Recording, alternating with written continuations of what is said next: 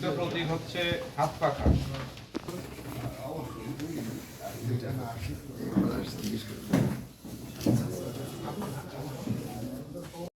প্রচারণার সময় কিন্তু এইভাবে প্রতীকটা রাখতে হবে, এইটাই হলো এটার মূল উদ্দেশ্য। এটাকে অন্য কোনোভাবে টেনে লম্বা করার সুযোগ নেই। এটাই কিন্তু এই প্রতীক বরাদ্দের মূল উদ্দেশ্য, অন্য আর কিছু নয়। তো আর একটা হলো যারা স্বতন্ত্র তারা যাতে প্রতীকটা এখান থেকে নির্দিষ্ট প্রতীক নিয়ে যেতে পারে। আমাদের নির্বাচনটা হচ্ছে 12 তারিখ সকাল 7:30 ঘটিকা থেকে শুরু। তাহলে এই সকাল 7:30 ঘটিকার 48 ঘন্টার আগে শেষ করে দিতে হবে। তাহলে হিসাবটা আমরা একটু মিলিয়ে নেই।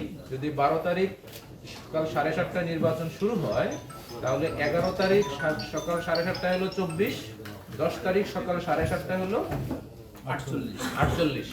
তো ভোরবেলা ফজর নামাজের টাইমে তো আপনারা কি করবেন না যে প্রচার সাধারণত হয়ে ওঠে না, ভোটাররা তখন ঘুম থেকে ওঠে না।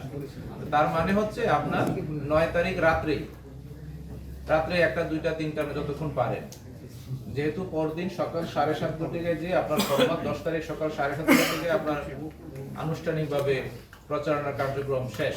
আপনি তখন আর ওইভাবে প্রচারণা সেজন্য মহিলা বুথে অবশ্যই মহিলা এজেন্ট দিতে হবে, না হলে ওখানে একটা যারা পর্দা করে ইসলামিক শরীয়ত মতে একটা পরপুরুষের সামনে মুখ খুলে দেখতে চাইলে এটা হলো বেমানান।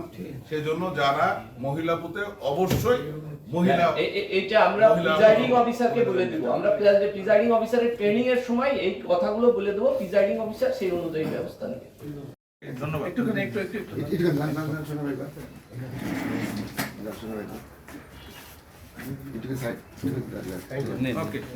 যেগুলো সব উদ্র করা হবে বা উদ্র করা হয়নি, দেওয়াল লিখন একটাও মুছা হয়নি, আমরা কোনো রকম আপত্তি করছি না। এটা নির্বাচনের একটা বিধিমালা না হলেও মানুষজনের ভিতরে ভালো লাগে করুন।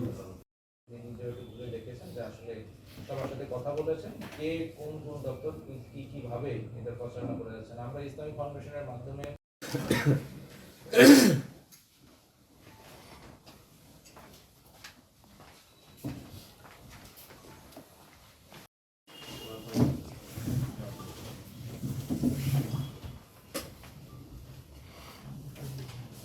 ওকে, ধন্যবাদ।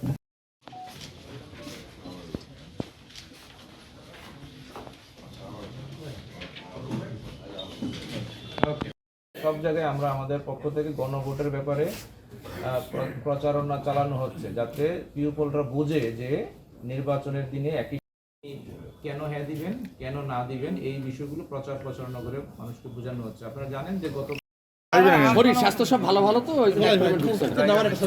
মোবাইলটা দেওয়ার ক্ষেত্রে স্বাস্থ্য কমে যাবে নি, ওয়াইড অ্যাঙ্গেলে নেন সব কোনটা কাউকে দাও কোন দিচ্ছে